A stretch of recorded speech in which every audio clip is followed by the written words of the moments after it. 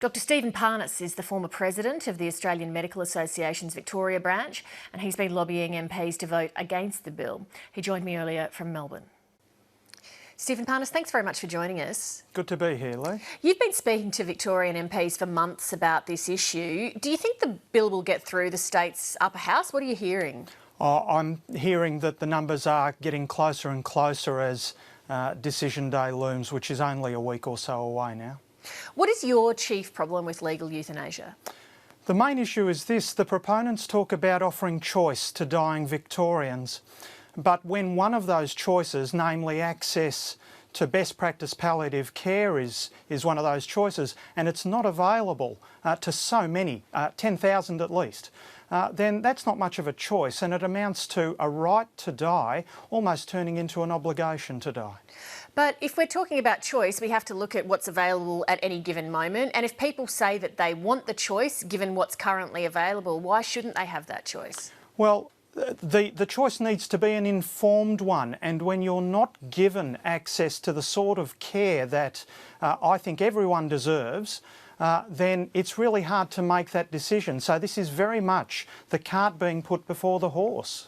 Let's have a palliative care system that is best practice before we then have to contemplate that notion of whether someone is forced to commit suicide. But even if you told me that you had a best practice palliative care system available for me, I still might like the choice to exercise my right over my own life to end it when I choose. Yes, and that's a very important argument, but what I also say is that the bill as it stands puts your right as an individual into direct conflict with so many more other people who are at risk of coercion, of getting substandard care, of not getting appropriate medical decisions, of being mistreated before they ultimately are compelled to accept second-class care.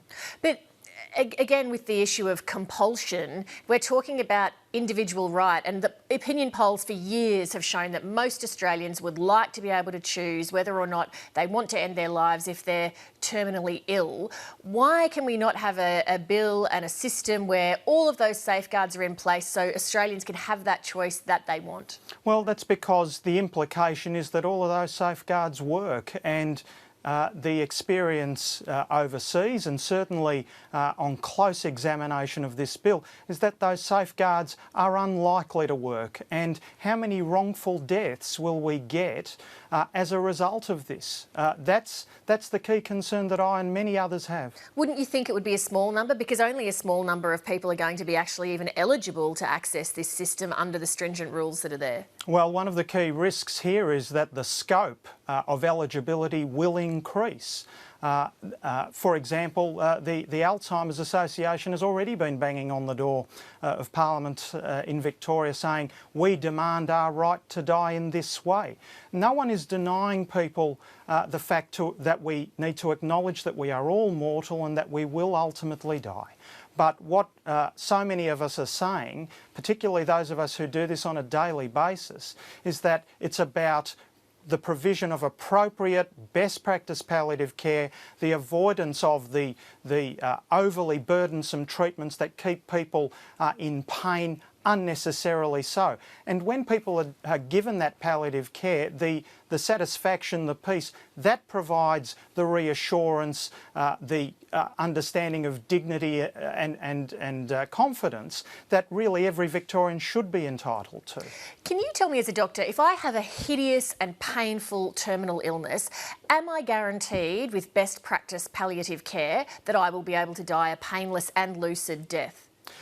Now, I, as a doctor, always try and avoid the words always and never, but the sorts of figures being quoted by proponents of this bill are gross exaggerations. A colleague of mine, the Professor of Palliative Care at Melbourne University, Jennifer Phillip, routinely quotes that those people who are beyond good palliative care would be less than 1%, and even those people are able to access the second and third line treatments, ultimately palliative sedation, so that they can be kept comfortable, die a peaceful death without having to have recourse to unknown drugs, unknown controls, isolation, or potentially even euthanasia where someone actually kills you. What you've just described there is a very long way off what this bill includes. In what way, please? Well, in the fact that somebody else might make the decision to kill you. That is in no way what this bill represents. Well, there is the provision in this bill for euthanasia, for someone else to do the killing. The definitions that are provided there go beyond what even the Upper House Parliamentary Committee had suggested. It's intended to be very, very limited for those who have not the physical ability to give themselves medication. But when we're talking about no detail of the drug regime that could be used, uncertainty about rapid painless death, because that has happened overseas. People have taken days to die overseas.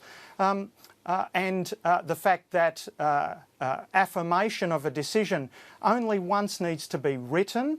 On other occasions it could be some sort of gesture.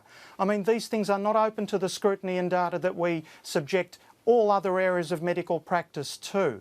The coroner can't investigate these things either. So what I'm saying again is that the so-called safeguards are not effective. That's a reason why there were well over 100 proposed amendments to this bill in the lower house, and that's why I and others are hoping that those lack of safeguards are really brought to bear by the people who actually had that initial committee over a couple of years ago now, to see that their bill has really been a long way off from what they intended. Is the quality of palliative care that you get in Australia determined by how rich you are? Sometimes it is, unfortunately. Postcode is probably the biggest single factor.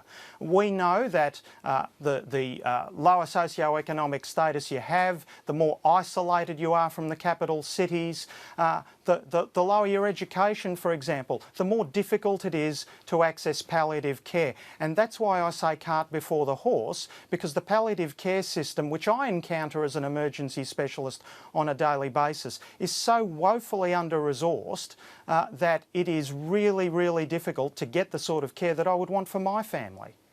Stephen Parnis, thanks very much for joining us this evening. Thank you, Lee.